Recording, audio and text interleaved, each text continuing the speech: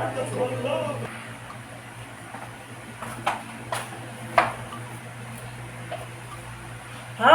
everyone! Welcome to my YouTube channel. Dito sa kusina ng senior citizen na mahilig mag-experiment. Ay, magluluto po ako ng ulam namin ngayong umaga. It's almost 10:30 in the morning. Para ito sa mga mami na, halimbawa, busy, no? Ibang klaseng pagluto ng boneless bangos. Wow! Yes! Na ito ang aking boneless bangus. Yan, dalawa. Pero magluluto ako ngayon ng mabilisan lang, ha? Na pagluto ng boneless. Ayan, samahan nyo ako. Magluto ako ng aking boneless bangus. Pero maglalagay muna ako ng aking vegetable dito kasi vegetarian ako. Vegetarian ko, no? Ayan. Malinis naman itong aking petsay. No? Maglagay lang ako dito vegetables. At ito yung aking boneless bangus na ilalagay dito. Fresh na fresh. So, kasama na sa pagluto, itong aking vegetables. Kasyang-kasya, no? Then, maglagay lang ako bagya lang, kunting-kunti na asin. Kunti lang. Ayaw natin na high blood. Kasi mamaya may ilalagay tayo dyan. Okay? And then, may maglalagay ako ng kunting pepper, black pepper. Para ito sa mga mami na halimbawa busy, nagmamadali, no? Yung mga maraming ginagawa sa bahay, ay mabilisan lang po ang pagluto nitong ating bangus. Okay? Now, may ilalagay tayo dyan. Kaya malagay lang po ako ng aking oyster sauce. Wow!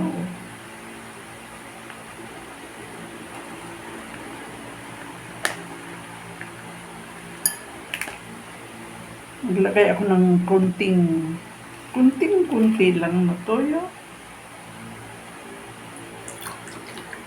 At maglagay ako ng aking kalamansi. Dito ang aking kalamansi.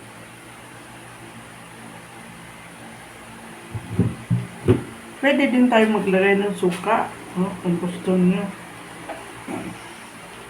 Pero I prefer kalamansi kasi mayroon naman ako sa aking kusina. Steam lang po, mag-iwas tayo sa maraming mantika, no? So, yun. 3 kalamansi sa maliit lang na boneless bangus ay pwede na, no? Yan. Pwede rin suka. Anything. And then, maglagay ako ng aking sibuyas. Na-chop sibuyas. Mayroon tayong bawang. Maraming bawang, mas masarap.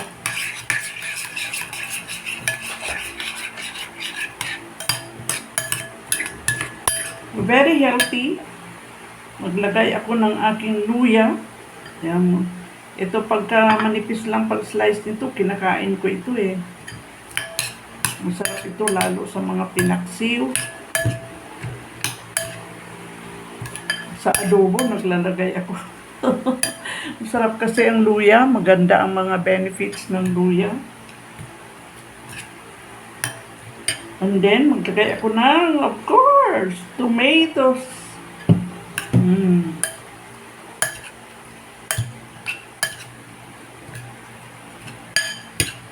Taste natin.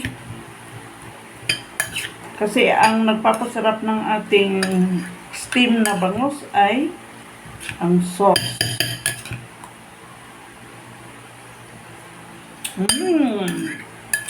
Sauce pa lang, sarap na. Pero pwede akong magdagdag ng konting, para may konting asim-asim naman. Maglagay ako ng konting vinegar. Ayan, konti lang. According to your taste naman.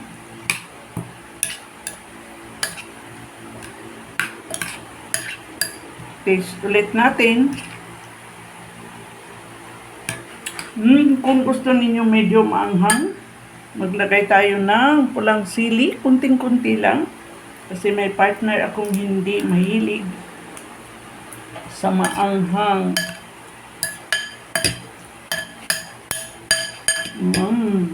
Maglagay ako ng kunting tubig. Kunting-kunti lang, just enough to cook our veggies and our fish. Taste again. According to your taste, pwede po kayo maglagay ng konting asin o kaya konting sugar if you want it little bit sweet. Taste natin. Ayos na, maganda, masarap.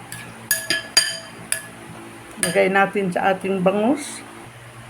Ayun, ilagay na natin ang ating sauce na masarap. Pwedeng all over. Masaya ang bangus. Spread lang natin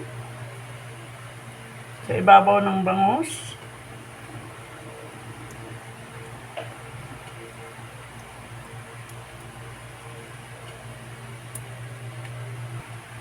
At maglagay ako ng konting tubig dito sa baba. Dito sa ilalim ng ating bangus. Yan. That is for the veggie. Magdagdag lang ako ng onion leaves.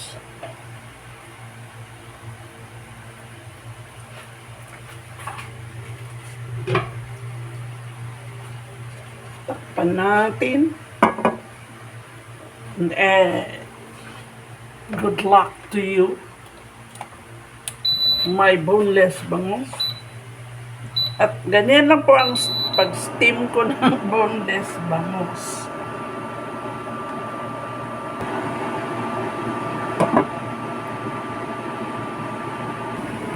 Ayan, tingnan natin. After 20 minutes. Wow, perfect. Wonderful. Looks yummy. So this is almost done. Kasi gusto natin ay medyo juicy. Yung medyo may konting sauce pa. So, almost done. Pwede na natin i-off yung ating stove.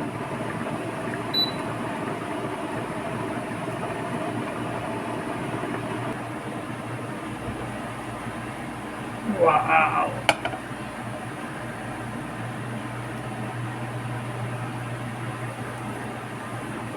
Amazing! Yan. Nag-shrink ang ating veggies under. Yan ay luto na.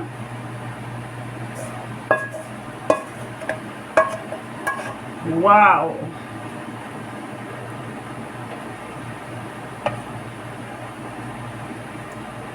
Yan ang ating masarap na boneless bangus.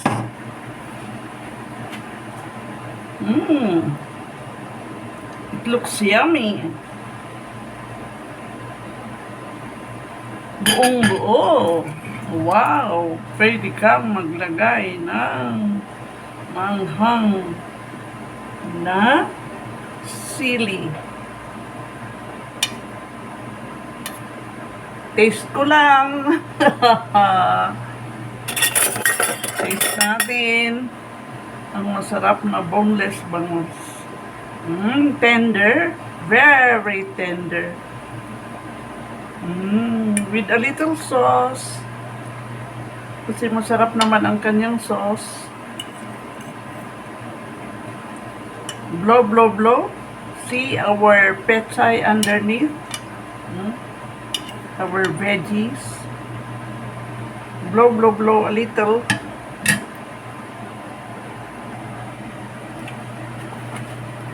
Bye! Nay. Thank you very much for watching my vlog. Thank you very much for watching my video. See you in my next YouTube sa aking mga recipe para sa mga senior citizen na mahilig mag-experiment. Bye! See you! God bless us all!